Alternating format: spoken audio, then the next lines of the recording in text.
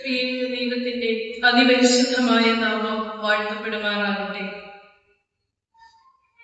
കോട്ടയം ഭദ്രാസനത്തിന്റെ ഇടയ ശ്രേഷ്ഠൻ അഭിവന്യ ദിയസ്കോറോസ് തിരുമേനി, റവറൻഡ് ജെന്നിഫർ, ഏറ്റവും ആദരണീയരായ കോറപ്പിസ്കോപ്പ അച്ഛന്മാരെ, റമ്പാച്ചൻ, ആദരണീയരായ വൈദിക ശ്രേഷ്ഠരെ, സ്നേഹം നിറഞ്ഞ വിശ്വാസികളുടെ സമൂഹമേ, ക്രിസ്തുയേശുവിന്റെ നാമത്തിൽ ഏവർക്കും സ്നേഹവന്ദനം. മനോഹരമായ ഒരു ദിവസത്തിന്റെ ഈ ഒരു സമയത്ത് ദൈവസാന്നിധ്യം നിറഞ്ഞു നിൽക്കുന്ന ഈ ഇടത്ത് നിങ്ങളോടൊപ്പമായിരിക്കുവാൻ ഇടയാക്കിയ ദൈവത്തിന്റെ ആ വലിയ കൃപയ്ക്കായി മുന്നമേ തന്നെ ദൈവത്തെ സ്തുതിക്കുന്നു, സ്തോത്രം ചെയ്യുന്നു. പരിശുദ്ധ സഭ ആകമാനം ഒരു വലിയ യാത്രയിലാണ്. 50 ദിവസം നീണ്ടു നിൽക്കുന്ന ഒരു യാത്ര.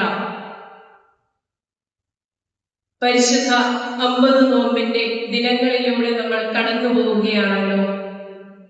നോമ്പ് എന്നതിന് ഇംഗ്ലീഷിൽ നമ്മൾ ഉപയോഗിക്കുന്ന പദം എന്ന് പറയുന്നത് ലെന്റ് എന്നാണ്. ലെന്റ് എന്ന വാക്ക് ഒറിജിനേറ്റ് ചെയ്തിരിക്കുന്നത്, അതിന്റെ ഉത്ഭവം എന്ന് പറയുന്നത് ഒരു ഓൾഡ് ജർമാനിക് വേർഡിൽ നിന്നാണ്, ലെങ്ടൻ എന്ന വാക്കിൽ നിന്ന്. ആ വാക്കിന്റെ അർത്ഥം സ്പ്രിംഗ് ടൈം എന്നാണ്, വസന്തകാലം.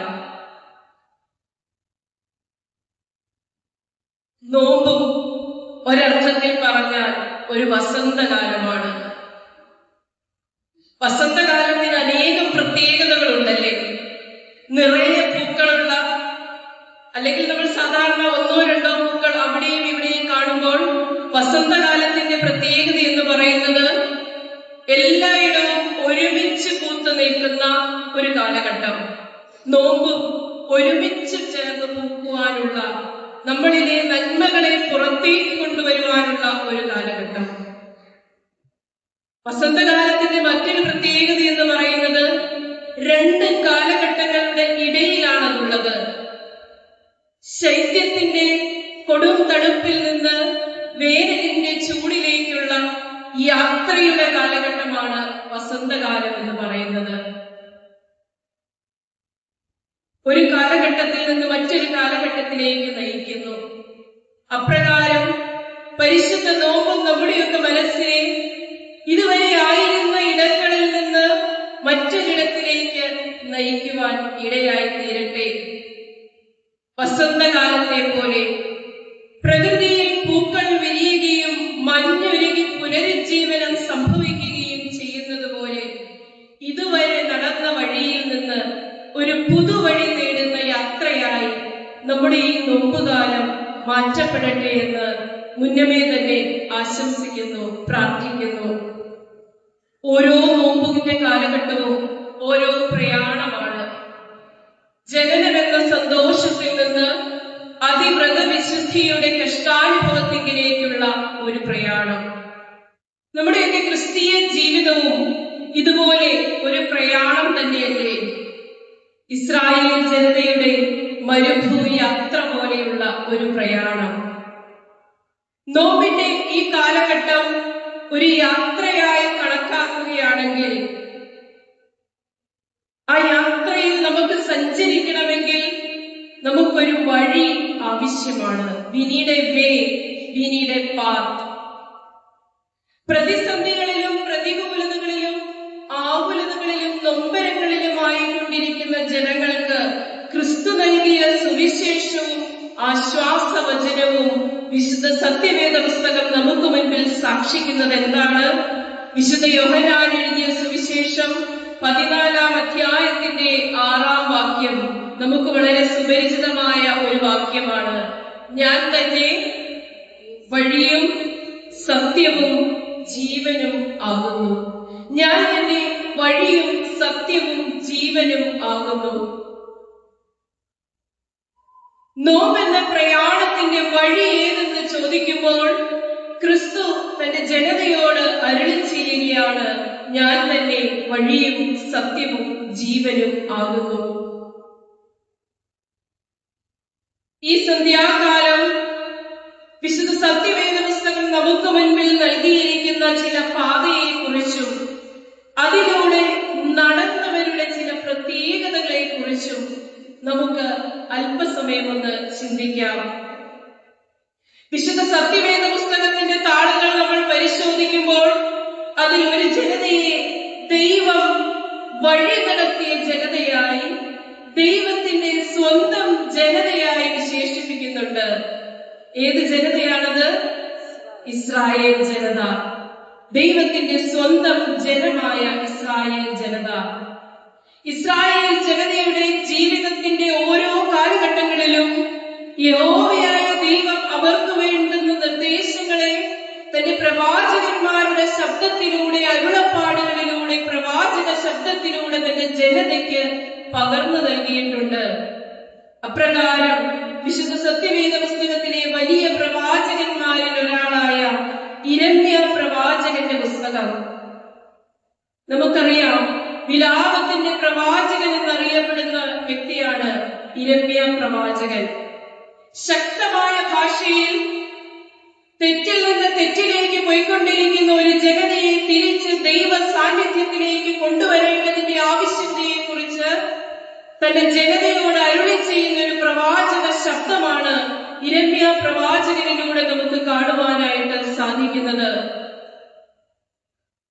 അനുതാപത്തിലൂടെ തിരിച്ചു വന്നില്ല എങ്കിൽ ആ ജനതയ്ക്കുണ്ടാകാൻ പോകുന്ന നാശത്തെ കുറിച്ച് യിരെമ്യാ പ്രവാചകൻ തന്റെ പ്രവാചക ശബ്ദത്തിലൂടെ പറയുന്നുണ്ട്. പരിശുദ്ധ നോമ്പും അനുതാപത്തോട് ചേർത്ത് വെക്കപ്പെടുന്ന ഒന്ന് തന്നെയല്ലേ? നമ്മുടെ ആരാധനാ ഗീതത്തിൽ നാം ചൊല്ലുന്ന ഒരു ഗീതമുണ്ടല്ലോ, നീ അനുതാപത്തിൻ ചിത്രമതെന്താൻ നോക്കുന്നെങ്കിൽ വർണ്ണച്ചായം പൂശിടേണ്ട കണ്ണുനീരേകൂ. അനുതാപത്തിന്റെ ഒരു ചിത്രം നമ്മൾ വരയ്ക്കുവാൻ ആഗ്രഹിക്കുന്നുവെങ്കിൽ അതിനൊരു വർണ്ണച്ചായവും ഒരു നിറവും അതിന് ചേരില്ല. അനുതാപത്തിന്റെ ഏറ്റവും മനോഹരമായ ചിത്രം എന്ന് പറയുന്നത് കണ്ണുനീരാണ് എന്ന് യിരെമ്യാ പ്രവാചകനും തന്റെ ജനതയോട് ഇത് തന്നെയാണ് അരുളി ചെയ്യുന്നത്. കണ്ണുനീരോടുകൂടി ദൈവസന്നിധിയിലേക്ക് തിരികെ വരുവാൻ ആവശ്യപ്പെടുന്നുണ്ട്. അവിടെ പ്രവാചക ശബ്ദത്തിലൂടെ യഹോവയായ ദൈവം തന്റെ ജനതയോട് പറയുന്ന ഒരു വഴിയുണ്ട്. യിരെമ്യാ പ്രവാചകന്റെ പുസ്തകം 6-ാം അധ്യായം 16-ാം വാക്യം. യിരെമ്യാ പ്രവാചകന്റെ പുസ്തകം 6-ാം അധ്യായം 16-ാം വാക്യം. വാക്യം ഇപ്രകാരമാണ്: യഹോവ ഇപ്രകാരം അരുളി ചെയ്യുന്നു, നിങ്ങൾ വഴികളിൽ ചെന്ന് നല്ല വഴി ഏതെന്ന് പഴയ പാതകളെ നോക്കി ചോദിച്ച് അതിൽ നടക്കുകയും എന്നാൽ നിങ്ങൾക്ക് വിശ്രമം ലഭിക്കും. നിങ്ങൾ വഴികളിൽ ചെന്ന് നല്ല വഴി ഏതെന്ന് പഴയ പാതകളെ നോക്കി ചോദിപ്പീൻ, അതിൽ നടക്കുകയും എന്നാൽ നിങ്ങൾക്ക് വിശ്രമം ലഭിക്കും. ഏതുകൊണ്ടുള്ള വഴിയായിരിക്കും ഇവിടെ ഉദ്ദേശിക്കുന്നതെന്ന് നമുക്കറിയാം.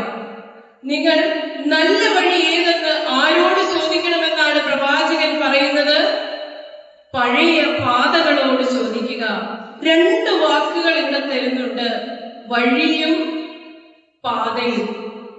ഒരുപക്ഷെ നമ്മുടെ ചെറിയ ക്ലാസ്സുകളിൽ നമ്മൾ പര്യായ പദങ്ങൾ പഠിക്കുമ്പോൾ ഒന്നിന്റെ പര്യായമായി, വഴിയുടെ പര്യായമായി പാതയും നമ്മൾ പറഞ്ഞു പഠിക്കാറുണ്ട്. എന്നാൽ ലോകത്തുള്ള ഒരുമാതിരി എല്ലാ ഭാഷകളിലും ഈ 2 പദങ്ങളും 2 അർത്ഥങ്ങളിലാണ് ഉപയോഗിച്ചിരിക്കുന്നത്.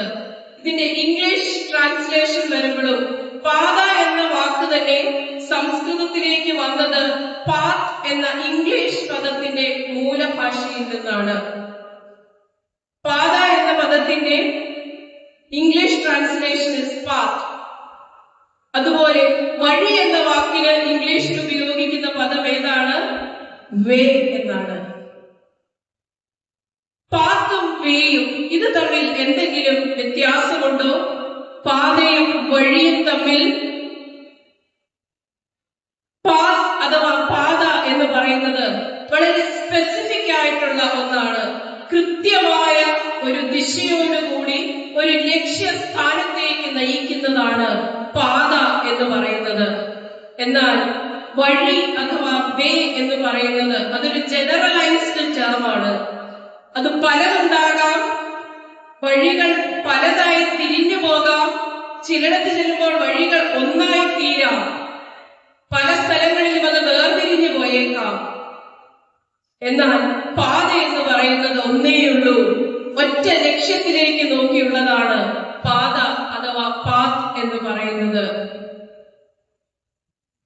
ഇവിടെ പ്രവാചകൻ ഓർമ്മിപ്പിക്കുകയാണ്, നിങ്ങൾ വഴികളിൽ ചെന്ന് നല്ല വഴി ഏതെന്ന് പുരാതന പാതകളോട് അഥവാ പഴയ പാതകളോട് ചോദിക്കുകയും. ഏതാണ് പുരാതന പാതകൾ? പുരാതന പാതകളിലൂടെ കടന്ന് നല്ല വഴിയെ തിരിച്ചറിഞ്ഞ അനേകർ നമുക്ക് മുൻപേ കടന്നുപോയിട്ടില്ലേ? പെരുവഴികളിലൂടെ അനേകർ സഞ്ചരിച്ചിട്ടുണ്ടാകാം. എന്നാൽ ചെറിയ പാതകളിലൂടെ സഞ്ചരിച്ച് ലക്ഷ്യസ്ഥാനത്തിലേക്ക് എത്തിച്ചേർന്നവർ വളരെ ചുരുക്കം പേരേ ഉള്ളൂ.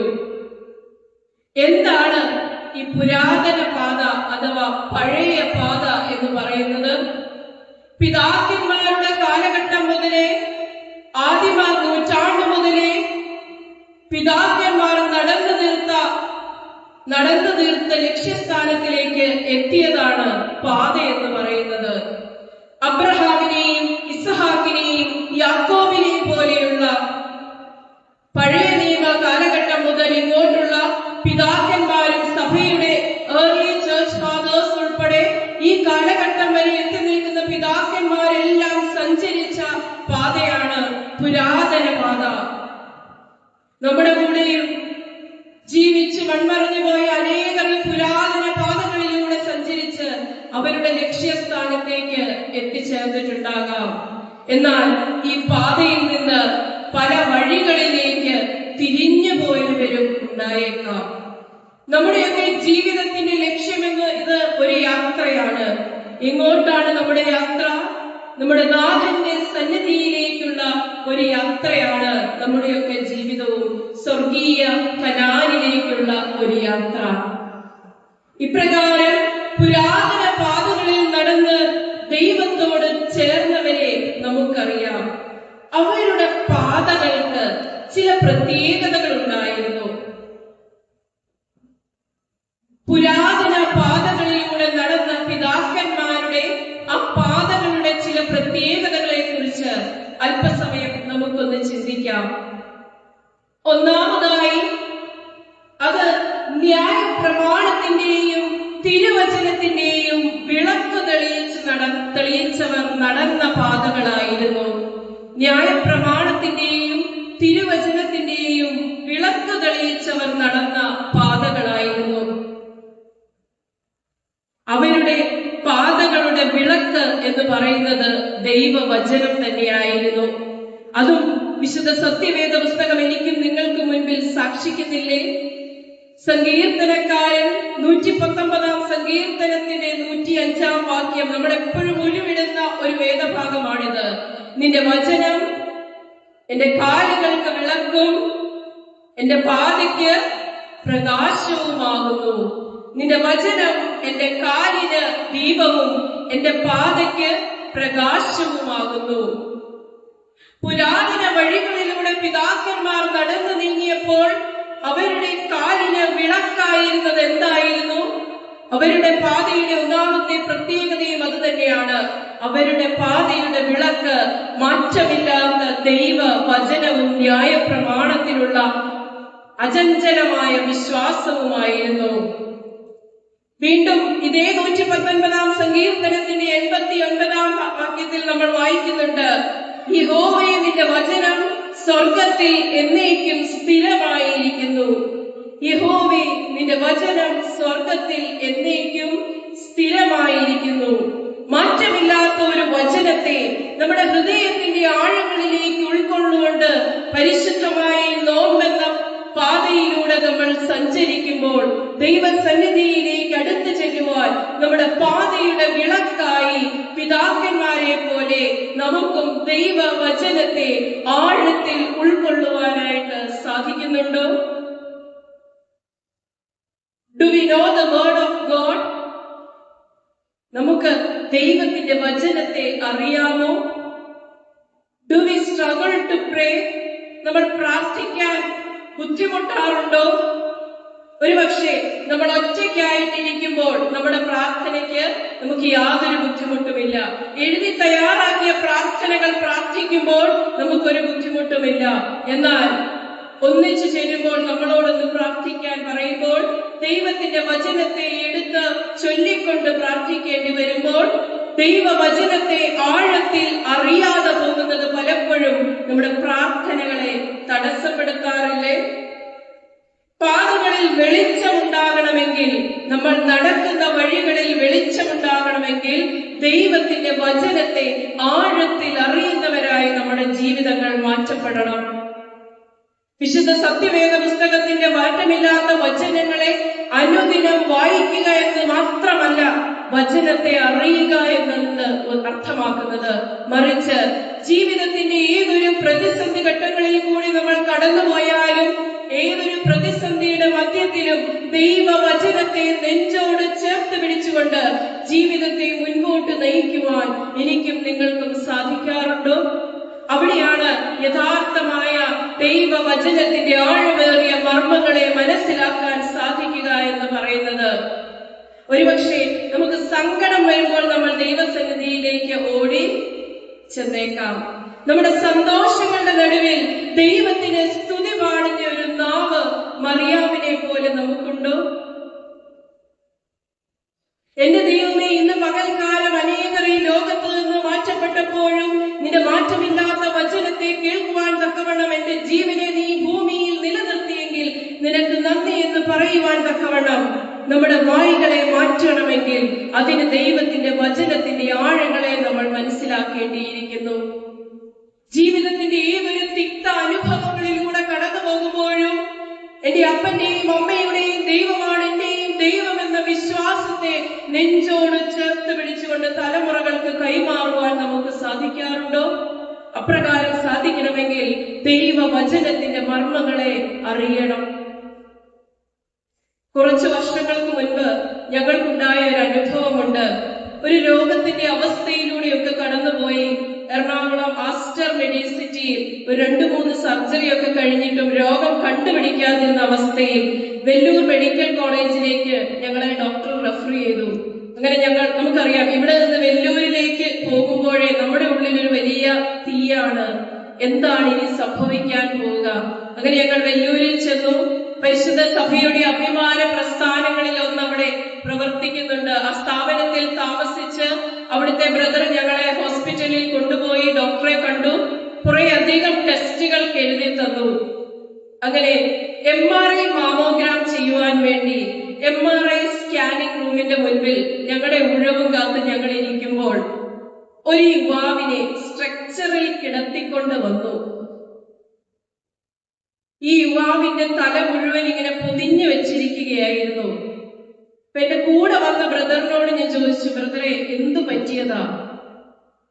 ആ യുവാവിന്റെ കൂടെ അദ്ദേഹത്തിന്റെ അമ്മയെന്ന് തോന്നിക്കുന്ന ഒരു സ്ത്രീയും ഉണ്ടായിരുന്നു. അപ്പൊ ഈ ബ്രദർ പറഞ്ഞു, കൊച്ചമ്മേ, അവര് നോർത്ത് ഇന്ത്യക്കാരാണ്, അവിടെ വെച്ച് എന്തോ ആക്സിഡന്റ് സംഭവിച്ചു, തലയ്ക്കുള്ളിലാണ് പ്രശ്നം, കോമ സ്റ്റേജിലാണ് യുവാവ്, അബോധാവസ്ഥയിലാണ്, അവന്റെ തലയോട്ടി മാറ്റി വെച്ചിരിക്കുകയാണ്, തലയുടെ സ്കാനിങ്ങിന് വേണ്ടി കൊണ്ടുവന്നതാണ്. ഞങ്ങളെ അത്ഭുതപ്പെടുത്തിയ ഒരു കാഴ്ച ഞങ്ങൾ അവിടെ കാണുകയുണ്ടായി. ഈ യുവാവ് ഏകദേശം ഒരു 23 വയസ്സ് മാത്രം പ്രായം തോന്നുന്ന ഒരു യുവാവ്, അദ്ദേഹത്തിന്റെ ജീവിതത്തിന്റെയും മരണത്തിന്റെയും നൂൽപ്പാലത്തിലൂടെ ഇനി എന്തെങ്കിലും ജീവിതത്തിലേക്ക് തിരിച്ചു വരുമോ എന്ന് യാതൊരു ഉറപ്പുമില്ലാതെ കിടക്കുന്ന ആ പൂർണ്ണ അബോധ അവസ്ഥയിൽ കിടക്കുമ്പോൾ കൂടെ ഉണ്ടായിരുന്ന ആ അമ്മയുടെ കയ്യിൽ ഒരു ഹോളി ബൈബിൾ ഉണ്ടായിരുന്നു, ഒരു സത്യവേദ പുസ്തകം, ഒരു ഇംഗ്ലീഷ് ബൈബിൾ. ഈ അമ്മ ഈ മകന്റെ അടുത്ത് നിന്ന് ഈ വിശുദ്ധ സത്യവേദ പുസ്തകം ഇങ്ങനെ തുറന്ന് അതിലെ വചനങ്ങൾ പയ്യെ വായിക്കുന്നുണ്ട്. എന്നിട്ട് ചില വചനങ്ങൾ വരുമ്പോൾ ഈ അമ്മയൊന്ന് കുനിയും, തന്റെ മകന്റെ ചെവി ആ വചനങ്ങളെ ഒരിക്കൽ കൂടി ഒന്ന് ഏറ്റുചൊല്ലും. എന്നിട്ട് വീണ്ടും നിവരും, വീണ്ടും ഇത് വായിക്കും, ഇടയ്ക്കൊന്ന് കുനിയും. ചില വചനങ്ങൾ തന്റെ മകന്റെ ചെവിയിലേക്ക് ഇങ്ങനെ വീണ്ടും വീണ്ടും ചൊല്ലിക്കൊടുക്കുന്നത് കാണുവാൻ സാധിച്ചു.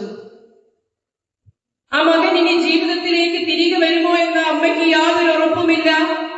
ആ മകൻ ഈ അമ്മ പറയുന്നത് എന്തെങ്കിലും കേൾക്കുന്നുണ്ടോ എന്ന് പോലും ഒരു ധാരണയുമില്ല. അങ്ങനെ ഒരു മകന്റെ ചെവിയിലേക്ക് ദൈവത്തിന്റെ വചനത്തെ ആ അമ്മ പകർന്നു നൽകണമെങ്കിൽ ആ അമ്മയുടെ ജീവിതത്തിൽ ദൈവത്തിന്റെ മാറ്റമില്ലാത്ത വചനത്തിന്റെ ശക്തി എത്രയോ വലുതാണ് എന്ന് നമുക്ക് കാണുവാൻ സാധിക്കും. ഞങ്ങളുടെ ട്രീറ്റ്മെന്റ് എല്ലാം കഴിഞ്ഞ് ഞങ്ങൾ തിരിച്ചു പോന്നു. 6 മാസങ്ങൾക്ക് ശേഷം വീണ്ടും ചെക്കപ്പിനായി ഞങ്ങൾ ചെന്നപ്പോൾ എന്റെ ഒരു ആകാംക്ഷയുടെ പുറത്ത് ഞാൻ ആ ബ്രദറിനോട് ചോദിച്ചു, ബ്രദറെ, അന്നൊരു യുവാവിനായിരുന്നല്ലോ ഒരു ആക്സിഡന്റ് പറ്റിയത്, എങ്ങനെയുണ്ട് ഇപ്പോൾ? ഇപ്പോൾ ആ ബ്രദർ ഞങ്ങളോട് പറഞ്ഞു, കൊച്ചമ്മേ, അത്ഭുതമെന്ന് പറയട്ടെ, 3 ദിവസം മുൻപ്, ഞങ്ങൾ ചെന്നതിന്റെ 3 ദിവസം മുൻപ് ആ യുവാവ് കണ്ണ് തുറന്നു, അമ്മയെ നോക്കി, അമ്മയെ തിരിച്ചറിഞ്ഞു, കണ്ണിൽ നിന്നും കണ്ണുനീരൊഴുകി. ഞാൻ പറഞ്ഞു, ബ്രദറെ, അത് അത്ഭുതമല്ല, മറിച്ച് ആ അമ്മ തന്റെ ദൈവത്തിൽ നിന്ന് തന്റെ മകന്റെ ജീവിതത്തെ ചോദിച്ചു വാങ്ങിയതാണ്. എന്റെ മകന്റെ ജീവിതത്തിൽ എന്ത് സംഭവിച്ചാലും അതിന് ദൈവം അറിയാതെ സംഭവിക്കുകയില്ല എന്ന ഉത്തമമായ ബോധ്യത്തോടുകൂടി ദൈവത്തിന്റെ വചനത്തെ ആ ഒരു ജീവിതത്തിന്റെ അവസ്ഥയിലൂടെ കടന്നു പോകുമ്പോഴും ആ മകന്റെ ചെവിയിലേക്ക് പകർന്നു കൊടുക്കുവാൻ ആ അമ്മയ്ക്ക് സാധിച്ചുവെങ്കിൽ അതല്ലേ യഥാർത്ഥമായ ദൈവ വചനത്തിന്റെ ആഴമുള്ള മർമ്മങ്ങളെ തിരിച്ചറിയുക എന്ന് പറയുന്നത്. ഇപ്രകാരം നമ്മുടെയൊക്കെ ജീവിതത്തിലും പ്രശ്നങ്ങളുടെയും പ്രതിസന്ധികളുടെയും ആകുലതകളുടെയും നടുവിൽ ദൈവത്തെ തിരിച്ചറിഞ്ഞുകൊണ്ട് ന്യായപ്രമാണത്തിന്റെയും തിരുവചനത്തിന്റെയും വിളക്കിനെ നമ്മുടെ പാതയ്ക്ക് പ്രകാശമായി നമ്മുടെ ഈ ലോക ജീവിത യാത്രയിൽ പിതാക്കന്മാർ നടന്ന പുരാതന വഴികളിലൂടെ, പുരാതന പാതയിലൂടെ നടക്കുവാനായി തിരുവചനം എന്ന വിളക്കിനെ ഈ നോമ്പിന്റെ കാലഘട്ടങ്ങളിൽ ഏന്തുവാൻ നമുക്കും സാധിക്കണം. അവിടെയാണ് യഥാർത്ഥമായ ദൈവ മർമ്മത്തെ തിരിച്ചറിയുന്നത്. രണ്ടാമതായി, പിതാക്കന്മാർ സഞ്ചരിച്ച പുരാതന പാതയുടെ രണ്ടാമത്തെ പ്രത്യേകത എന്ന് പറയുന്നത് സഭയെ സ്നേഹിച്ച് ആരാധനയുടെ പാഥേയം സൂക്ഷിച്ചവർ നടന്ന വഴികളായിരുന്നു അത്. സഭയെ സ്നേഹിച്ച് ആരാധനയുടെ പാഥേയം സൂക്ഷിച്ചവർ നടന്ന വഴികളായിരുന്നു അത്. പരിശുദ്ധനായ പൗലോസ്ലീഹ എബ്രായർക്ക് എഴുതിയ ലേഖനം 10-ാം അധ്യായത്തിന്റെ 24-ാം വാക്യം. എബ്രായർക്ക് എഴുതിയ ലേഖനം 10-ാം അധ്യായം അതിന്റെ 24-ാം വാക്യം. വാക്യം ഇപ്രകാരമാണ്: ചിലർ ചെയ്യുന്നത് പോലെ നമ്മുടെ സഭായോഗങ്ങളെ ഉപേക്ഷിക്കാതെ തമ്മിൽ പ്രബോധിപ്പിച്ചുകൊണ്ട് സ്നേഹത്തിനും സൽപ്രവർത്തികൾക്കും ഉത്സാഹം വർദ്ധിപ്പിക്കുവാൻ അന്യോന്യം സൂക്ഷിച്ചുകൊള്ളുക. ചിലർ ചെയ്യുന്നത് പോലെ നമ്മുടെ സഭായോഗങ്ങളെ ഉപേക്ഷിക്കാതെ തമ്മിൽ പ്രബോധിപ്പിച്ചുകൊണ്ട് സ്നേഹത്തിനും സൽപ്രവർത്തികൾക്കും ഉത്സാഹം വർദ്ധിപ്പിക്കുവാൻ അന്യോന്യം സൂക്ഷിച്ചുകൊള്ളുക. പരസ്പരമുള്ള കൂട്ടായ്മയിലൂടെ ഓരോ കുടുംബങ്ങളും ഒരുമിച്ച് ചേരുമ്പോൾ സഭയുടെ മനോഹാരിതയെ വർദ്ധിപ്പിക്കുവാനായി പ്രബോധനങ്ങളെ ഉൾക്കൊള്ളുവാൻ, പ്രബോധനം എന്ന് പറയുന്നത് വചന ശുശ്രൂഷ മാത്രമല്ല, നിങ്ങൾ തമ്മിൽ ദൈവത്തെ കുറിച്ച് പറയുന്നതെല്ലാം പ്രബോധനമാകുന്നു. പരസ്പരം പ്രബോധിപ്പിച്ചുകൊണ്ട് നമ്മൾ ദേവാലയത്തിലേക്ക് പോകുമ്പോൾ ഒരാളെ കൂടെ ഒന്ന് കൂടെ കൂട്ടുവാൻ, ദൈവത്തിന്റെ വഴികളിലേക്ക് കൊണ്ടുവരുവാനായിട്ട് നമ്മുടെ വഴി യാത്രകളിൽ, നമ്മുടെ പാതയിലെ പാഥേയമായി, പൊതിച്ചോറായി ആരാധനയിലൂടെ, വിശുദ്ധ കുർബാന അനുഭവത്തിലൂടെ നമുക്ക് മറ്റുള്ളവരെ കൂടി നമ്മോട് ചേർക്കുവാനായിട്ട് സാധിക്കാറുണ്ടോ? പുരാതന വഴികളിലൂടെ നടന്ന പിതാക്കന്മാരുടെ ജീവിതത്തിന്റെ സൗകുമാര്യതയും അത് തന്നെയല്ലായിരുന്നു. നമ്മുടെ ആരാധനയുടെ അവസാനം ഒരു ആശീർവാദമുണ്ടല്ലോ, സേലൂൻ ബെസ്ലോമോ. ആ ആശീർവാദത്തിൽ പറയുന്നത് എന്താണ്? ഈ ബലിപീഠത്തിൽ നിന്ന് പ്രാപിച്ച അനുഗ്രഹങ്ങളോടും വഴി ആഹാരങ്ങളോടും കൂടെ. വിശുദ്ധ കുർബാനയിലൂടെ, ആരാധനയിലൂടെ, പരിശുദ്ധമായ ബലിപീഠത്തിൽ നിന്ന് നമുക്ക് പകർന്നു ലഭിച്ച വഴി ആഹാരമാണ് നമ്മുടെ പാതയിൽ ഊർജമായി നമ്മളെ മുൻപോട്ട് നയിക്കുന്നത്. ആ വഴി ആഹാരങ്ങളോടും കൂടെയാണ് നമ്മൾ സമാധാനത്താലെ പോകുകയും നമ്മുടെ പാതയിൽ വീണ്ടും മുന്നോട്ട് പോകുമ്പോൾ അവിടെ വഴി ആഹാരമായി, നമ്മുടെ പാഥേയമായി, പൊതിച്ചോറായി നമ്മുടെ കൂടെ ഉണ്ടാകേണ്ടത് എന്താണ്? നമ്മുടെ ആരാധനയാണ്. പ്രബോധനങ്ങളെ ഉൾക്കൊള്ളുവാൻ, സഭായോഗങ്ങളെ ഉപേക്ഷിക്കാതെ പ്രബോധനങ്ങളെ ഉൾക്കൊണ്ട് സ്നേഹത്തിനും സൽപ്രവൃത്തികൾക്കും ഉത്സാഹം വർദ്ധിപ്പിക്കുവാൻ, അന്യോന്യം സൂക്ഷിക്കുവാൻ പിതാക്കന്മാരെ പോലെ നമുക്കും സാധിക്കണം. പ്രതിസന്ധികളുടെ നടുവിൽ പിതാക്കന്മാരുടെ വഴികളിലെ പാഥേയങ്ങൾ, പൊതിച്ചോറുകളായത് എന്തൊക്കെയായിരുന്നു? ആരാധന, നോമ്പനുഷ്ഠാനങ്ങളും നേർച്ച കാഴ്ചകളുമല്ലായിരുന്നു. നമ്മുടെയൊക്കെ പൂർവ്വപിതാക്കന്മാരുടെ ജീവിതത്തിന്റെ അനുഭവങ്ങളിലേക്ക് നമ്മളൊന്ന് തിരിഞ്ഞു നോക്കുമ്പോഴും അവിടെ നമുക്ക് കാണുവാൻ സാധിക്കുന്ന സുന്ദരമായ ജീവിത അനുഭവങ്ങളില്ലേ? എന്റെയും നിങ്ങളുടെയും ബാല്യകാല ജീവിതങ്ങളിലേക്കൊന്ന് തിരിഞ്ഞു നോക്കിക്കും. എന്നെയും നിങ്ങളെയും ആദ്യമായി ദേവാലയത്തിലേക്ക് കൈപിടിച്ച് നടത്തിയ ഒരപ്പച്ചനും ഒരമ്മച്ചിയും ഇല്ലായിരുന്നു.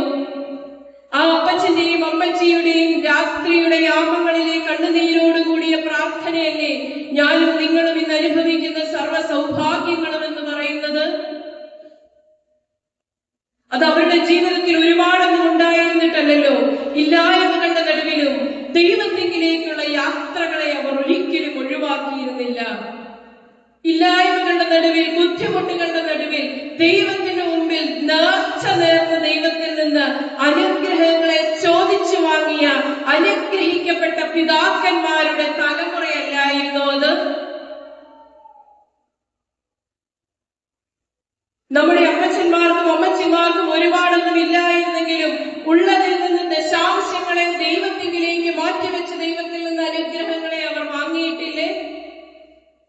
നമുക്കറിയാം, നമ്മുടെ വീട്ടിൽ പഴയ കാലങ്ങളിലൊക്കെ ഒരു കോഴി മുട്ടയിട്ട് തുടങ്ങിയാൽ ആദ്യത്തെ കുറച്ച് മുട്ട ദേവാലയത്തിലേക്ക് കൊണ്ടുവരുമായിരുന്നു. പശു പ്രസവിച്ചാൽ ആദ്യത്തെ ഒരു കുപ്പി ഏറ്റവും നല്ല പാല് ദേവാലയത്തിനുള്ളതായിരുന്നു. കൊപ്രയാട്ടി വെളിച്ചെണ്ണയാക്കിയാൽ ആദ്യത്തെ ഒരു കുപ്പി വെളിച്ചെണ്ണ ദേവാലയത്തിലെ നിലവിളക്കിൽ ഒഴിക്കാതെ നമ്മുടെ വീട്ടിലെ ഏതെങ്കിലും ആവശ്യത്തിന് എടുക്കുവാൻ നമ്മുടെ അപ്പന്മാരോ അമ്മമാരോ നമ്മളെ സമ്മതിച്ചിട്ടുണ്ടോ? അത് നമ്മുടെ അപ്പന്മാർക്കും അമ്മമാർക്കും ഒരുപാടൊന്നും ഉണ്ടായിരുന്നിട്ടല്ലോ. ഇല്ലായ്മകളുടെ നടുവിലും ഉള്ളതിൽ നിന്ന് ദശാംശങ്ങളെ ദൈവത്തിങ്കിലേക്ക് മാറ്റിവെച്ച് ദൈവത്തിൽ നിന്ന് അനുഗ്രഹങ്ങളെ ചോദിച്ചു വാങ്ങിയ അനുഗ്രഹിക്കപ്പെട്ട ഒരു തലമുറയല്ലായിരുന്നോ അത്? ആ തലമുറയുടെ പുരാതന പാതകളിൽ അവർക്ക് വെളിച്ചമായത് ഈ നേർച്ചകളും കാഴ്ചകളും ദശാംശങ്ങളും വഴിപാടുകളും നോമ്പനുഷ്ഠാനങ്ങളുമല്ലേ? നമ്മുടെ വീട്ടിൽ എന്തൊക്കെ കാര്യങ്ങൾ സംഭവിച്ചാലും അതിന്റെ എല്ലാം നടുവിൽ നേർച്ച നേരുന്ന ഒരു അനുഭവം നമ്മുടെ പിതാക്കന്മാർക്കില്ലായിരുന്നു. നമ്മുടെ വീടിന്റെ മുമ്പിൽ കൂടി ഒരു പാമ്പഴഞ്ഞു പോയാൽ നമ്മൾ എന്ത് ചെയ്യും? കുട്ടികളുണ്ടായിരുന്നെങ്കിൽ ചോദിക്കാമായിരുന്നു. അവര് പറയും തല്ലിക്കൊല്ലും. എന്നാൽ നമ്മുടെ വീടിന്റെ മുൻപിൽ കൂടി ഒരു പാമ്പഴഞ്ഞു പോയാൽ നമ്മൾ എന്ത് ചെയ്യും? നേർച്ച നേരും. ആർക്ക് നേരും? ഗീവർഗീസ് സഹദായിക്ക് നേരും. എന്റെ ഗീവർഗീസ് സഹദായെ, ഒരു കൂട് മെഴുകുതിരി, ഒരു കുപ്പി എണ്ണ, പാമ്പ് അതിന്റെ വഴിയെ അങ്ങ് പോകും. നേർച്ച നേർന്ന് ദൈവത്തിൽ നിന്ന് അനുഗ്രഹങ്ങളെ ചോദിച്ചു വാങ്ങിയിരുന്ന ഒരു തലമുറ, അവരുടെ പാതയുടെ വലിയ പ്രത്യേകതയായിരുന്നു അവരുടെ പാതയിലെ പൊതിച്ചോറുകൾ എന്ന് പറയുന്നത്. അവരുടെ ആരാധനയുടെ സൗകുമാര്യതയും അവരുടെ നോമ്പനുഷ്ഠാനങ്ങളും അവരുടെ നേർച്ച കാഴ്ചകളും അവരുടെ ദശാംശങ്ങളുമായിരുന്നുവെങ്കിൽ, പുരാതന പാതകളെ നോക്കി നല്ല പാത ഏതെന്ന് ചോദിക്കുന്ന ഞാനും നിങ്ങളും ഉൾപ്പെടുന്ന പുതിയ തലമുറ പുരാതന പാതകളുടെ പ്രത്യേകതകളും നമ്മുടെ ജീവിതത്തിൽ കാത്തു സൂക്ഷിക്കുവാൻ ബാധ്യസ്ഥരാണ്. അതുകൊണ്ട് നമ്മുടെ ജീവിതത്തിലും ഇപ്രകാരം തിരുവെഴുത്തുകളെ തിരിച്ചറിയേണ്ടതിന് നമ്മുടെ ബുദ്ധിയെ തുറക്കുവാൻ വിശുദ്ധ ലൂക്കോസ് എവങ്കേലിയോസ് ഓർമ്മിപ്പിക്കുന്നുണ്ട്. ലൂക്കോസ് എവങ്കേലിയോസ് എഴുതിയ പുസ്തകം 24-ാം അധ്യായത്തിന്റെ 45-ാം വാക്യത്തിൽ തിരുവെഴുത്തുകളെ തിരിച്ചറിയേണ്ടതിന് ബുദ്ധിയെ തുറക്കുക. ദൈവത്തിന്റെ വചനങ്ങളെ തിരിച്ചറിയുവാൻ, ആരാധനയെ അറിയുവാൻ, സഭയെ സ്നേഹിക്കുവാൻ, പ്രബോധനങ്ങളെ ഉൾക്കൊള്ളുവാൻ നമ്മുടെ ബുദ്ധികളെ തുറക്കേണ്ടത് കാലഘട്ടത്തിന്റെ ആവശ്യമാണ്. പിതാക്കന്മാരുടെ പ്രാർത്ഥനകളും ഇപ്രകാരം ദൈവസന്നിധിയിൽ ഒരുക്കത്തോടു കൂടിയ ഒരു പ്രാർത്ഥനയല്ലായിരുന്നു. അവരുടെ പാതകളുടെ ഏറ്റവും വലിയ പ്രത്യേകതയും അവരുടെ പ്രാർത്ഥനകളുടെ ഒരുക്കമല്ലായിരുന്നു. വിശുദ്ധ സത്യവേദ പുസ്തകത്തിന്റെ താളുകൾ നമ്മൾ പരിശോധിക്കുമ്പോൾ അതിലുടനീളം അനേകം പേരുടെ പ്രാർത്ഥനകളെ നമുക്ക് കാണുവാനായിട്ട് സാധിക്കും. അപ്രകാരം പഴയ നിയമഗ്രന്ഥങ്ങളിൽ ഇതേ ഇസ്രായേൽ ജനതയുടെ പാപ വിമോചനത്തിന്, അവരുടെ വിമോചനത്തിന്റെ നേതാവായി ജനങ്ങളുടെയും ദൈവത്തിന്റെയും നടുവിലുള്ള ഏക മധ്യസ്ഥനായി നിന്നുകൊണ്ട് ഒരു പ്രവാചകൻ പ്രാർത്ഥിക്കുന്നുണ്ട്. ദാനിയേൽ പ്രവാചകന്റെ പുസ്തകം 9-ാം അധ്യായത്തിൽ നമുക്ക് ആ പ്രാർത്ഥന കാണുവാനായിട്ട് സാധിക്കും. അവിടെ ആ പ്രാർത്ഥനയ്ക്ക് അനേകം പ്രത്യേകതകൾ ഉണ്ടായിരുന്നു. അനേകം പ്രത്യേകതകളിൽ ഒന്ന്, ദാനിയേൽ പ്രവാചകന്റെ പുസ്തകം 9-ാം അധ്യായത്തിന്റെ 3-ാം വാക്യത്തിൽ പറയുന്നുണ്ട്, അപ്പോൾ ഞാൻ ഉപവസിച്ചും രട്ടൊടുത്തും വെണ്ണീറിലിരുന്നു കൊണ്ടും പ്രാർത്ഥനയോടും യാചനകളോടും കൂടി അപേക്ഷിക്കേണ്ടതിന് ദൈവമായ കർത്താവിലേക്ക് മുഖം തിരിച്ചു. വെറുതെ ദൈവസന്നിധിയിൽ ചെന്ന് നിൽക്കുകയല്ല, ആദ്യം ഒന്ന് ഒരുങ്ങി. എപ്രകാരം ഒരുങ്ങി? ഉപവസിച്ചു. എന്താണ് ഉപവാസം എന്ന് പറയുന്നത്? ഉപവാസം എന്ന വാക്കിന് 2 അർത്ഥതലങ്ങൾ. ഒന്ന് ഫാസ്റ്റിംഗ്, രണ്ടാമത്തേത് അതിന്റെ എറ്റിമോളജിക്കൽ മീനിങ് ഉപവാസം, ഉപവസിക്കുക. ഉപ എന്ന് പറഞ്ഞാൽ കൂടെ, കൂടെ വസിക്കുക. ആരുടെ കൂടെ? ദൈവത്തിന്റെ കൂടെ വസിക്കുക. ദൈവത്തിന്റെ കൂടെ ദൈവ സാന്നിധ്യത്തെ തിരിച്ചറിഞ്ഞിട്ട് ദാനിയേൽ പ്രവാചകൻ തന്റെ ജനതയുടെ പാപങ്ങളെ എണ്ണി പറയുന്നതിന് മുൻപായി രട്ടൊടുക്കുകയാണ്. എന്താണ് രട്ടൊടുക്കുക?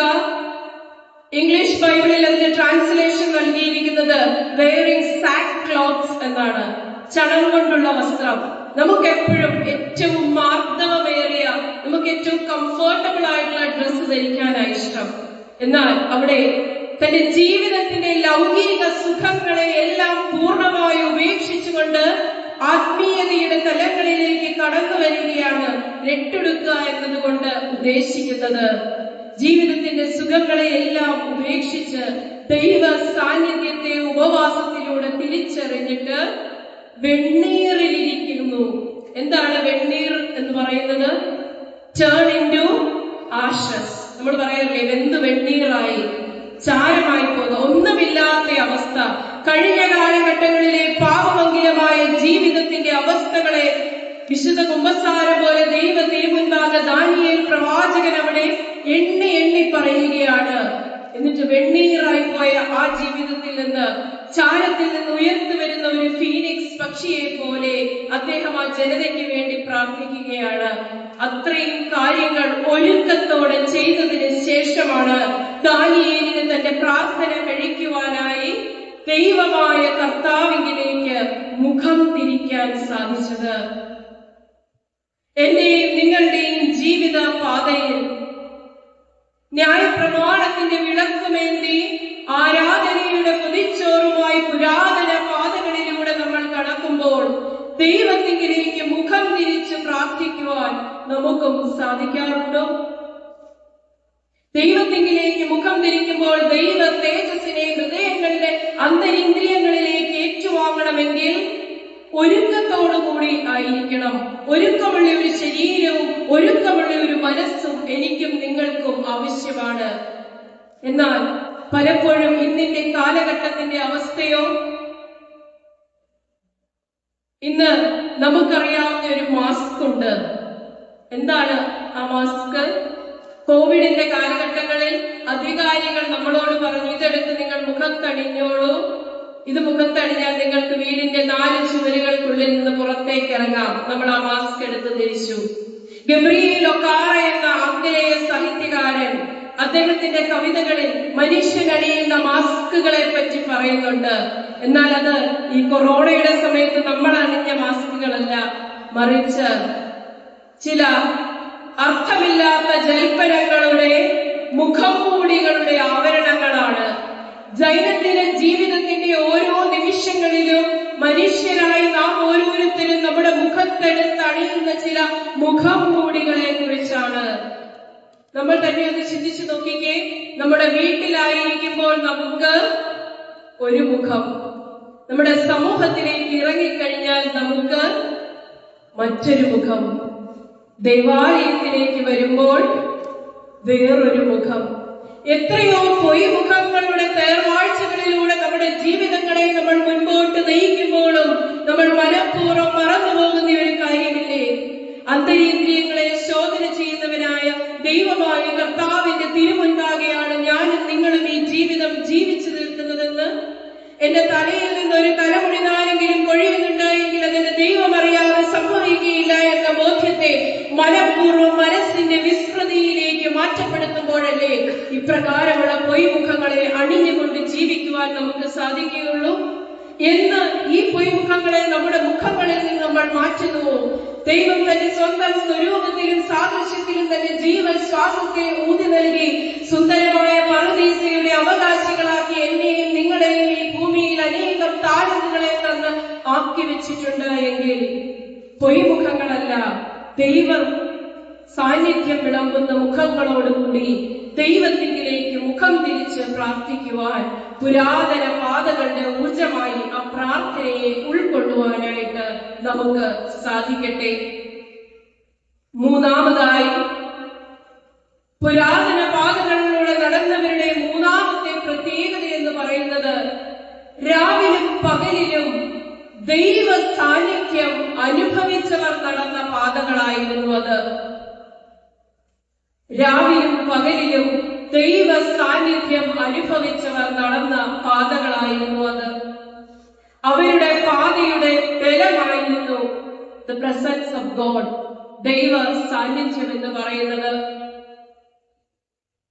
വീണ്ടും വിശുദ്ധ സത്യവേദ പുസ്തകത്തിലേക്ക് വരുമ്പോൾ സദൃശ്യവാക്യങ്ങൾ 3-ാം അധ്യായത്തിന്റെ 5-ഉം 6-ഉം വാക്യങ്ങൾ, സദൃശ്യവാക്യങ്ങൾ 3-ാം അധ്യായത്തിന്റെ 5-ഉം 6-ഉം വാക്യങ്ങൾ.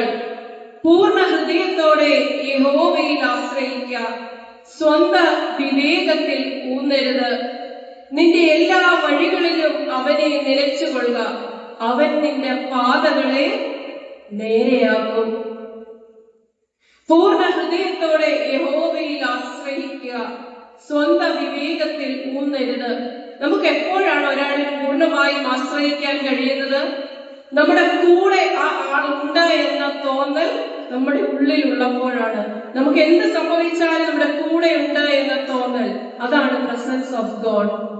എന്റെ ജീവിതത്തിന്റെ ഓരോ നിമിഷവും എന്റെ കൂടെ സഞ്ചരിക്കുന്നവനായ ഒരു ദൈവം, എന്റെ കൂടെ നടക്കുന്നവനായ ഒരു ദൈവം, ആ ദൈവ സാന്നിധ്യത്തെ തിരിച്ചറിയുകയും നമ്മുടെ വഴികൾ ഇടത്തോട്ടോ വലത്തോട്ടോ തിരിയുന്നുവെങ്കിൽ നീ ഇതിൽ കൂടി നടക്കുകയെന്ന ശബ്ദം ഞാൻ നിന്നെ കേൾപ്പിക്കുമെന്ന് ദൈവം അരുളി ചെയ്തതുപോലെ നമ്മുടെ വഴികൾ പലതായിട്ട് തിരിയുമ്പോൾ തിരിയാതെ യഥാർത്ഥ പാതയിലൂടെ നടക്കുവാൻ സദൃശ്യവാക്യങ്ങളിൽ പറയുകയാണ്, നിന്റെ പാതകളെ ഞാൻ നേരെയാക്കും.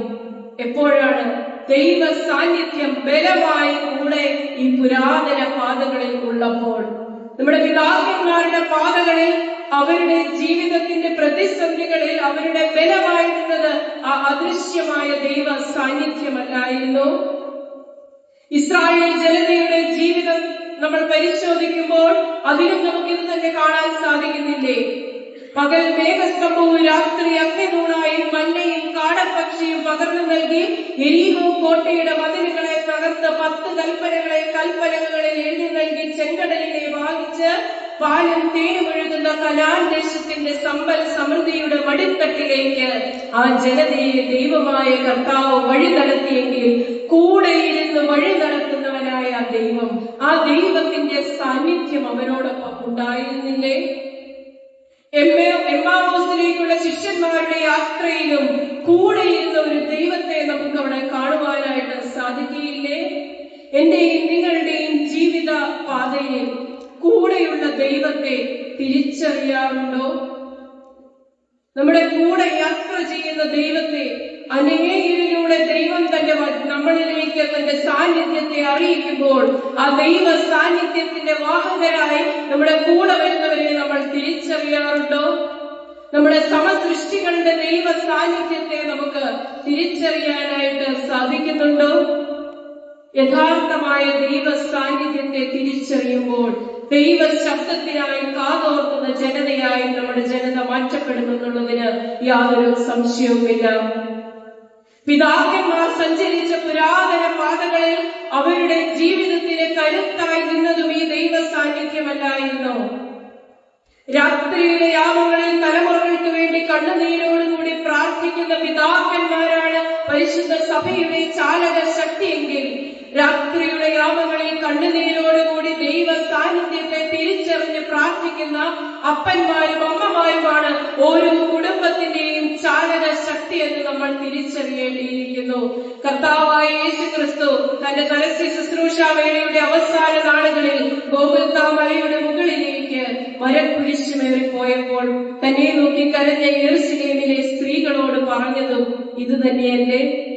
യെരൂശലേം പുത്രിമാരെ, നിങ്ങൾ എന്നെ ചൊല്ലി കരയേണ്ട, നിങ്ങളെയും നിങ്ങളുടെ മക്കളെയും ഓർത്ത് കരയുവീൻ.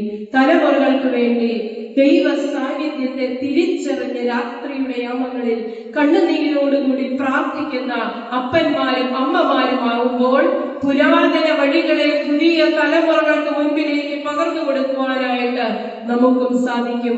ആ ദൈവ സാന്നിധ്യത്തെ തിരിച്ചറിയുമ്പോഴാണ് നമ്മുടെ ജീവിതത്തിന്റെ യഥാർത്ഥമായ ബലം നമുക്ക് കൈവരുന്നത്. നമ്മുടെ പിതാക്കന്മാരുടെ പാതയിലെ ബലമായിരുന്നു ദൈവ സാന്നിധ്യം എന്ന് പറയുന്നത്. അമേരിക്കയിലെ നാഷണൽ ആർട്ട് ഗാലറിയിൽ തോമസ് കോൾ എന്ന് പറയുന്ന വിശ്വവിഖ്യാതനായ ചിത്രകാരന്റെ ഒരു പെയിന്റിംഗ് വെച്ചിട്ടുണ്ട്. 4 പെയിന്റിങ്ങുകൾ ചേർന്ന ഒരൊറ്റ കളക്ഷൻ ആയിട്ടാണ് അത് വെച്ചിരിക്കുന്നത്. അതിന്റെ പേര് ദ വോയേജ് ഓഫ് ലൈഫ് എന്നാണ്, ജീവിത പ്രയാണം. 4 കാലഘട്ടങ്ങളെ ജീവിതത്തിന്റെ അവിടെ മനോഹരമായി വരച്ചു വെച്ചിരിക്കുകയാണ്. ഒന്നാമത്തെ കാലഘട്ടമായി സൂചിപ്പിക്കുന്നത് ചൈൽഡ്ഹുഡ്, ബാല്യകാലം. അവിടെ നൽകിയിരിക്കുന്ന ചിത്രം എന്ന് പറയുന്നത് ഒരു വലിയ മനോഹരമായ പർവ്വതം, അതിന്റെ താഴെ ഒരു ചെറിയ ഗുഹ, ആ ഗുഹയ്ക്കുള്ളിൽ നിന്നും ഒരു അരുവി ഇങ്ങനെ പുറത്തേക്ക് ഒഴുകുന്നു. ആ അരുവിയിലൂടെ മനോഹരമായ തടിയിൽ തീർത്ത ഒരു ബോട്ടിൽ ഒരു കുഞ്ഞ് ശിശു ആ ബോട്ടിൽ ഇങ്ങനെ സഞ്ചരിക്കാൻ യാത്ര തുടങ്ങുകയാണ്. അവനെ തൊട്ട് ചേർന്ന് അവന്റെ അരികിൽ ഒരു ഗാർഡിയൻ ഏഞ്ചലിന്റെ ചിത്രം, ഒരു മാലാഖയുടെ ചിത്രവുമുണ്ട്. അതാണ് ചൈൽഡ്ഹുഡിന്റെ ചിത്രമായി അവിടെ കാണിച്ചിരിക്കുന്നത്. രണ്ടാമത് യൂത്തിനെ കാണിക്കുന്ന ചിത്രമാണ് അവിടെ വെച്ചിരിക്കുന്നത്. യൂത്തിന്റെ ചിത്രത്തിലേക്ക് വരുമ്പോൾ ദൂരെയായി മാത്രമേ പർവ്വതം, അതിൽ നിന്നും അരുവിയിലൂടെ സഞ്ചരിച്ച് കുറെ വന്നു. ഈ ശിശു ഒരു വളർന്നു വരുന്ന ഒരു കുട്ടി വലിയൊരു യുവാവായി മാറി. ആ യുവാവാണ് ആ ബോട്ട് ഇപ്പോൾ നിയന്ത്രിക്കുന്നതായ ചിത്രത്തിൽ കാണുന്നു. ആ ചിത്രത്തിൽ ആ ഗാർഡിയൻ ഏഞ്ചലിന്റെ സ്ഥാനം എന്ന് പറയുന്നത് ആ നദിയുടെ കരയിലാണ്. ചുറ്റുമുള്ള കാഴ്ചകളും മനോഹരമാണ്. മൂന്നാമത്തെ ചിത്രമായി അവിടെ രേഖപ്പെടുത്തിയിരിക്കുന്നത് മാൻഹുഡ്, ഒരു മനുഷ്യന്റെ ജീവിതത്തിലെ ഏറ്റവും പ്രധാനപ്പെട്ട കാലഘട്ടത്തിലേക്ക് പ്രവേശിക്കുന്ന മധ്യവയസ്സിന്റെ കാലഘട്ടമായിട്ടാണ് കാണിക്കുന്നത്. ആ കാലഘട്ടത്തിൽ നദി കുറച്ചുകൂടി അതിന്റെ ഒരു രൗദ്രഭാവത്തിലേക്ക് വന്ന് നിറയെ പാറക്കെട്ടുകൾക്കിടയിലൂടെ ഈ ബോട്ട് സഞ്ചരിക്കുന്നത് പോലെ കാണിച്ചിരിക്കുന്നു. ഈ മനുഷ്യൻ ഈ ആടി ഉലയുന്ന ഈ ബോട്ടിനെ നിയന്ത്രിക്കാൻ ശ്രമിക്കുന്നത് പോലെയാണ് ആ ചിത്രത്തിൽ കാണിച്ചിരിക്കുന്നത്. അവിടെ ആ മാലാഖയുടെ സ്ഥാനം അങ്ങ് ദൂരെ ആകാശങ്ങളുടെ മുകളിൽ മേഘങ്ങൾക്കിടയിലായിട്ട് അതിൽ ചിത്രീകരിച്ചിരിക്കുന്നു.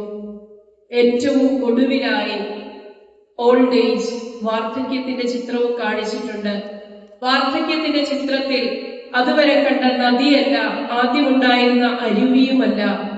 ഏറ്റവും ഒടുവിലായി കാണിക്കുന്നത് ഒരു കടലാണ്, ശാന്തമായ ഒരു നടുക്കടൽ. ആ നടുക്കടലിൽ ഇതേ ബോട്ട് അതിന്റെ പല ഭാഗങ്ങളും തകർന്ന് പോയി കിടക്കുന്ന ഒരു ബോട്ടിൽ ഒരു പ്രായമായ മനുഷ്യൻ ഇരിക്കുകയാണ്. ആ മനുഷ്യൻ മേഘങ്ങൾക്കുള്ളിലിരിക്കുന്ന മാലാഖയുടെ മുഖത്തേക്ക് നോക്കുന്നതായിട്ടാണ് ആ ചിത്രം അവസാനിക്കുന്നത്. ദൈവ സാന്നിധ്യത്തെ വാർദ്ധക്യത്തിൽ മാത്രം തിരിച്ചറിയുന്ന ഒരവസ്ഥയല്ല, മറിച്ച് ജനനം മുതൽ കൂടെ നടക്കുന്നവനായ ദൈവത്തെ തിരിച്ചറിയുന്ന ഒരു തലമുറയാണ് കാലഘട്ടത്തിന് ആവശ്യം. കൈവിരലുകൾക്കിടയിലൂടെ തലമുറകളെ നഷ്ടപ്പെട്ടുകൊണ്ടിരിക്കുന്ന ഒരു കാലഘട്ടത്തിന്റെ നടുവിൽ നമ്മൾ ജെൻസി എന്നൊക്കെ പേരിട്ട് വിളിക്കുന്ന ഈ ഒരു തലമുറയ്ക്ക് മുൻപിൽ, മകനെ മകളെ, നിന്റെ അപ്പന്റെയും അമ്മയുടെയും ദൈവമാണ് നിന്റെയും ദൈവമെന്ന ബോധ്യത്തെ പകർന്നു കൊടുക്കണമെങ്കിൽ പുരാതന പാതകളെ അന്വേഷിക്കുന്നവരായി നമുക്ക് നമ്മുടെ തലമുറകളെ മാറ്റേണ്ടിയിരിക്കുന്നു. ഏറ്റവും ഒടുവിലായി പുരാതന പാതകളുടെ നാലാമത്തെ പ്രത്യേകത, പിതാക്കന്മാർ സഞ്ചരിച്ച വഴികളുടെ നാലാമത്തെ പ്രത്യേകത എന്ന് പറയുന്നത് ഇടറി വീഴാതെ പാഴായി പോകാതെ യാത്ര ചെയ്തവർ നടന്ന പാതകളായിരുന്നു. ഇടറി വീഴാതെ പാഴായി പോകാതെ നടന്നവർ യാത്ര ചെയ്ത വഴികളായിരുന്നു അത്. യെരമ്യാ പ്രവാചകൻ പുരാതന വഴികളെ കുറിച്ച് പറഞ്ഞ് ബോധ്യപ്പെടുത്തിയതിനു ശേഷം 18-ാം അധ്യായത്തിന്റെ 15-ാം വാക്യം, യെരമ്യാ പ്രവാചകന്റെ പുസ്തകം 18-ാം അധ്യായം അതിന്റെ 15-ാം വാക്യത്തിൽ ഇപ്രകാരം പറയുന്നു: എന്റെ ജനമോ എന്നെ മറന്ന് മിഥ്യാമൂർത്തികൾക്ക് ധൂപം കാട്ടുന്നു, അവരുടെ വഴികളിൽ പുരാതന പാതകളിൽ തന്നെ അവർ അവരെ ഇടറി വീഴുമാറാക്കി. അവർ നിരപ്പില്ലാത്ത വഴികളിലും പാതകളിലും നടക്കുന്നു. എന്റെ ജനമോ എന്നെ മറന്ന് മിഥ്യാമൂർത്തികൾക്ക് ധൂപം കാട്ടുന്നു, അവരുടെ വഴികളിൽ പുരാതന പാതകളിൽ തന്നെ അവർ അവരെ ഇടറി വീഴുമാറാക്കി. അവർ നിരപ്പില്ലാത്ത വഴികളിലും പാതകളിലും നടക്കുന്നു. നമുക്ക് മുൻപിൽ ഈ ജീവിതയാത്രയിൽ ഇതുപോലെ ഇസ്രായേൽ ജനതയുടെ മരുഭൂയാത്ര പോലെ, കനാൻ ദേശത്ത് എത്തിക്കഴിഞ്ഞുള്ള അവരുടെ ജീവിത യാത്ര പോലെ അനേകം വഴികൾ നമുക്ക് മുൻപിൽ തെളിഞ്ഞു വന്നേക്കാം.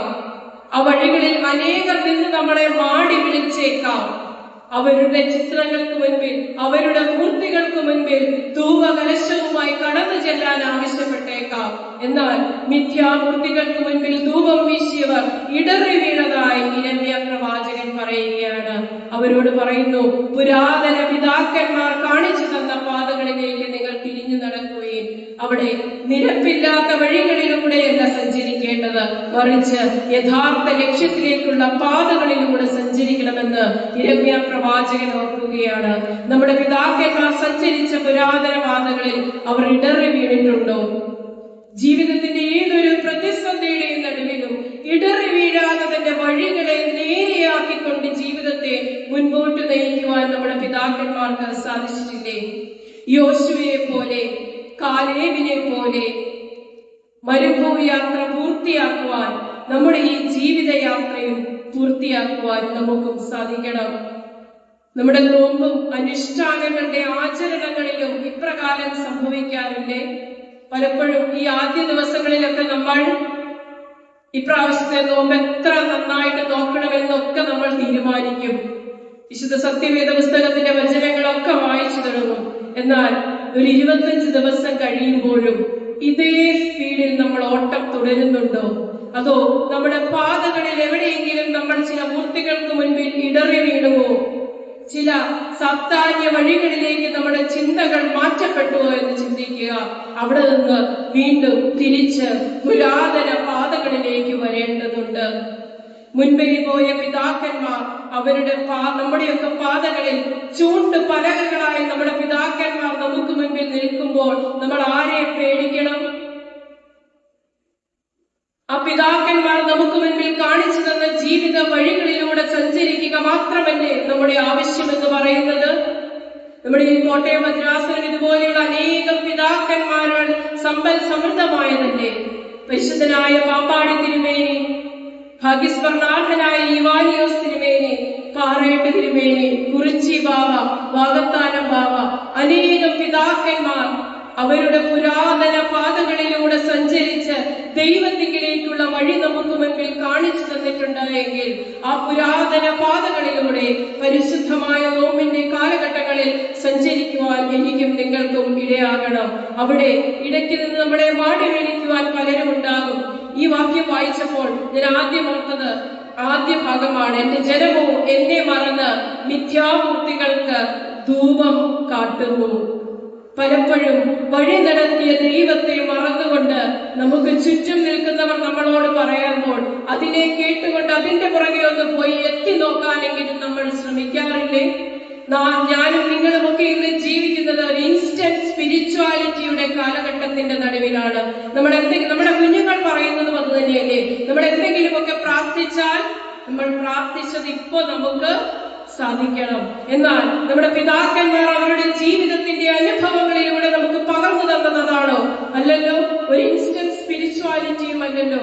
ദൈവത്തിങ്കിലേക്കുള്ള വഴികൾ അതികഠിനമാണ് എങ്കിലും ആ വഴികളിലൂടെ നടക്കുമ്പോൾ ദൈവസന്നിധിയിൽ നമ്മൾ അർപ്പിക്കുന്ന ഒരു പ്രാർത്ഥനകളും വ്യഥാവിലാകില്ല. അത് നമ്മുടെ തലമുറകളിലേക്ക് കൊടുക്കേണ്ട ഒരു ബോധ്യമാണ്. മകനെ, മകളെ, നിന്റെ പ്രാർത്ഥനകൾക്ക് ഒരുപക്ഷെ നീ ആവശ്യപ്പെടുന്ന കാര്യം നീ ആവശ്യപ്പെടുന്ന സമയത്ത് നടന്നില്ല എങ്കിലും നിനക്ക് എപ്പോഴാണോ ആവശ്യമുള്ളതെന്ന് ദൈവത്തിന് തോന്നുന്നു ആ സമയത്ത് നിന്റെ ആവശ്യങ്ങളെ തിരിച്ചറിയുന്നവനായ ഉദ്ധിതനായ എന്റെയും നിങ്ങളുടെയും കൂടെ ജീവിച്ചിരിക്കുന്നവനായ ഒരു ക്രിസ്തു ഉണ്ട് എന്ന ബോധ്യം തലമുറകളിലേക്ക് പകർന്നു കൊടുക്കുമ്പോൾ പുരാതന പാതകളിലൂടെ പിതാക്കന്മാർ സഞ്ചരിച്ച വഴികളെ നമ്മുടെ പുതിയ തലമുറകൾക്ക് മുൻപിലേക്ക് കാണിച്ചു കൊടുക്കുവാനുള്ള ഒരു വലിയ ദൗത്യവും എനിക്കും നിങ്ങൾക്കുമുണ്ട്. അതുകൊണ്ട് ഇന്നത്തെ ഈ സന്ധ്യാകാലം നമ്മൾ ഓർത്തതുപോലെ നമ്മുടെ പാതകളിൽ ഇടറി വീഴാതെ പാഴായി പോകാതെ യാത്ര ചെയ്യണമെങ്കിൽ നമ്മുടെ കൂടെ ബലമായി ദൈവ സാന്നിധ്യം ഉണ്ടാകണം. നമ്മുടെ കൂടെ പാഥേയമായി ആരാധനയും നോമ്പനുഷ്ഠാനങ്ങളും നേർച്ച കാഴ്ചകളും ഉണ്ടാവണം. നമ്മുടെ പാതകളുടെ വിളക്കായി വിശുദ്ധ സത്യവേദ പുസ്തകത്തിന്റെ തിരുവചനങ്ങളെ ന്യായപ്രമാണങ്ങളും ഉണ്ടാകണം. അപ്രകാരം യാത്ര ചെയ്യുമ്പോൾ എന്റെയും നിങ്ങളുടെയും യാത്രകൾ അനുഗ്രഹിക്കപ്പെട്ട അർത്ഥപൂർണമായ ജീവിത യാത്രകളായി പര്യവസാനിക്കുമെന്നുള്ളതിന് യാതൊരു സംശയവുമില്ല. പരിശുദ്ധമായ നോമ്പും അതിനിടയായി തീരട്ടെ എന്ന് നമുക്ക് പ്രാർത്ഥിക്കാം. റോബർട്ട് ഫ്രോസ്റ്റ് എന്ന ആംഗലേയ സാഹിത്യകാരൻ അദ്ദേഹത്തിന്റെ ദ റോഡ് നോട്ട് ടേക്കൺ എന്ന കവിതയിൽ പറഞ്ഞ് അവസാനിപ്പിക്കുന്ന വരികളുണ്ട്. Two roads diverged in wood, and I took the one less traveled by, and that has made all the difference. വിജനമായ വനത്തിലൂടെയുള്ള രണ്ട് പാതകൾ. ഒരിടത്ത് ചെന്നപ്പോൾ ആ പാത രണ്ടായി മാറി. ഞാൻ അവിടെ തിരഞ്ഞെടുത്തത് the road less traveled by, and that made all the difference. എല്ലാവരും സഞ്ചരിക്കുന്ന വഴികളല്ല, സഞ്ചരിച്ച് വിജയിച്ച യഥാർത്ഥ ലക്ഷ്യത്തിൽ എത്തിച്ചേർന്ന പിതാക്കന്മാർ സഞ്ചരിച്ച വഴികൾ എപ്പോഴും the road less traveled ആയിരിക്കും.